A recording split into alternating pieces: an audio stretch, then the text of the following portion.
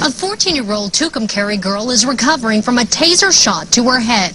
Her family is questioning whether the officer who fired the shot used excessive force. News 13's Alex Tomlin is live in the Newsplex with more.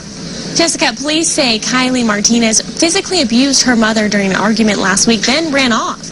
When Police Chief Roger Hatcher caught up with the teen, he said he had no choice but to taser her. 14-year-old Kylie Martinez looks like a normal teen until you see this. It's really painful. 18 staples and 6 stitches pieced her head back together after she was tasered by Tucumcari Police Chief Roger Hatcher. Her family says doctors told them one of the taser's prongs went through Kylie's skull and hit her brain. It happened last Thursday after Kylie and her mother argued over explicit cell phone messages and pictures that the mother says Kylie was sending to older men. The police report says Stacey Atkin took her daughter to the police station for help, but when they got there, Kylie bolted to this park. And I just wanted help. I didn't mean for my child to get injured the way she did. Chief Roger Hatcher caught up with Kylie at the park. The teen claims she tried to walk away when she saw him, but heard him tell her to stop. But when the chief pulled out his taser, Kylie ran out of fear. He just decided to use the taser. You just don't go and tase a 14-year-old child. But the police report states Chief Hatcher told Martinez to stop running and warned her about the taser. When she refused to stop, he tased her. Police told us they can't comment on this case because there's an ongoing investigation. Chief Hatcher is on administrative leave while an independent firm investigates the incident. Kylie's family claims the force he used was too aggressive. She's just a child.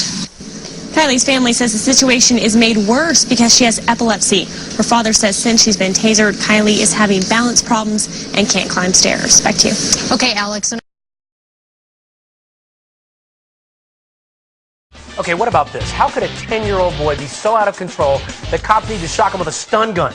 2 police officers were called to a daycare in Martinsville, Indiana to handle this kid. They say the little boy was hitting and kicking his caretakers. He wouldn't obey.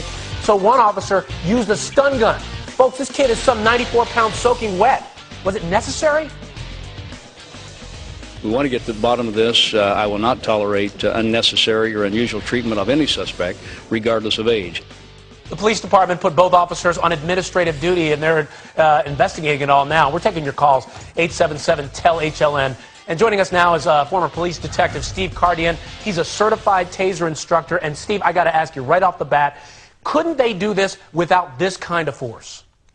Well, Ryan, it's very possible, but we have to look at a couple of things. Number one, when you hear 94-pound, 10-year-old tasered by 2 police officers, automatically it sounds horrible. But you can't, as a law enforcement official, slice anything so thin that there aren't 2 sides to every story. And I have had children, young children, emotionally disturbed, under the influence of drugs, that exhibited an extreme amount of rage and strength. But, Steve, I got to jump in here. Aren't police officers trained to handle this kind of thing? Get them in certain locks, get them in a headlock, get near the kid, put him down, as opposed to having to tase him when he's only 94 pounds. Yeah, no, and I understand. I hear you. I'm a use of force expert as well, 33 years in the martial arts. And I do understand one thing, that the possibility does exist that he was so out of control. And they didn't shoot him with the darts. They did what, it's a compliant pain factor where they did a dry stun, just as we're seeing up on the screen now.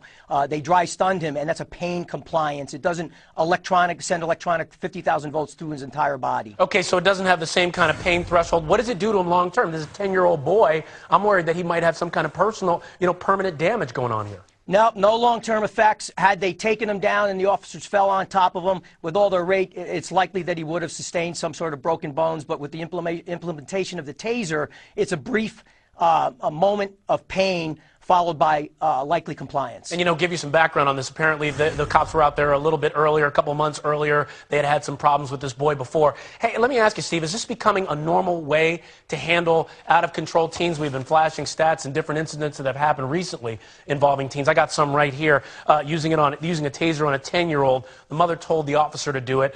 43 children at a Take Your Sons and Daughters to Work Day. That was something that happened a little while ago.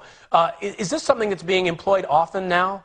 Well, it's something that's being very sensationalized as a result of the use of the taser. And, you know, I'd hate to see a couple or a handful of incidents taint what is a very, very effective law enforcement tool that saves many officers from injury and worse. Okay, Steve Cardian, thank you so much. You know, I think about this kind of story, and I say to myself, all right, he's 94 pounds soaking wet, but you know what? Maybe kids are at that point where they're getting out of hand. Officers have to do something. But, Steve, as you said, I would think they would have different holds, different things they can do to keep these kids in line. You never know. It's situation to situation.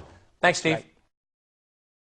Complete overreaction. That statement tonight from New York City's Department of Education over the treatment of a 12-year-old student. She was hauled out of class in handcuffs by police for doodling "I love my friends" on her desk. Tonight, her family is outraged and speaking to Eyewitness News reporter Darla Miles. Lex was here, 2110, and my signature smiley face. A few innocent words written in erasable ink. Now the 12-year-old author, Alexa Gonzalez, will never forget the horrifying experience they led to. She pulled me to the dean and she told me that, you know, you might get arrested for this because you wrote on school property. And she did. On Monday, the 7th grader at Junior High School 190 in Forest Hills got caught doodling on her desk. The principal called the police, who then placed her in handcuffs and took her across the street to the precinct. I received a call at work telling me I had to come down right away immediately because Alexa was caught writing on her desk, and there could be an arrest because it was against the law. Gonzalez was suspended, went to family court, and was fined community service. But now both the police department and the Department of Education say Gonzalez should never have been handcuffed and taken to the precinct. In a written statement, the Department of Education says the principal made a mistake and has lifted the suspension. The girl is returning to class. The principal is also reaching out to the parent. Treating our children like criminals, I don't think that's right for something like this. And Gonzalez says she will be doing homework, not doodling on her desk. In Kew Gardens, Darla Miles, Channel 7, Eyewitness News. A high school student says she dropped a piece of birthday cake and ended up with a broken wrist. The girl was at Knight Middle School in Palmdale when she says a school security guard beat her because she dropped the cake and later arrested her mother. Michael Brownlee joins us live with what the family says is a great piece of evidence against the guard. Michael? Well, that's right. Video that you'll actually see here in just a bit was actually taken on a classmate's cell phone. Now, we talk about the mother's arrest, but the mother says that her 16-year-old daughter, the victim in this case, was also arrested here back on September 18th. Now, keep in mind, this is the family story, their account of what they see happened here on campus earlier this month. Unfortunately, we weren't able to reach the school district for comment, but keep in mind, a mother and daughter baffled over how a celebration with cake ended with a scuffle with school security. That 16-year-old Plijay Mervin faced down a couple of weeks ago a campus security guard with her arm twisted behind her back. This is Plijay tonight, that same arm on a mend from a broken wrist. Put me through a lot of pain, hurt. Plijay and some friends with cake celebrated a birthday on campus. The lunch bell had just rang. Plijay says she was bumped, accidentally dropped her plate of cake. A security guard told her to pick it up. I picked it up. When I was finished picking it up, I went to the bathroom. He then insisted, she said, she go back and clean it all up. She did a second, even third time. I start picking the rest of the crumbs up off the ground, and that's when I start walking to class. Plijay maintains she complied as best she could. He was following me, and he said, "Hey, you." And before Plijay knew it, she found herself face down on a table with this allegedly being yelled at her by that security guard. He just said to hold still. He called me a nappy head. She didn't even understand that that was a racial comment, that he called her nappy head. And that's part of why Plijay's mother, Latricia, has sought out an attorney. But there's more. They arrested me. Arrested for assault upon an assistant school principal. Latricia demanded that security officer be arrested. And they told me that if I wanted him arrested, that I was going to be arrested for battery. And for Plijay, first 5 days of school suspension, then her arrest for battery and littering involving the cake. I was just thinking, like, how humiliated I looked and embarrassed and how hurt I was.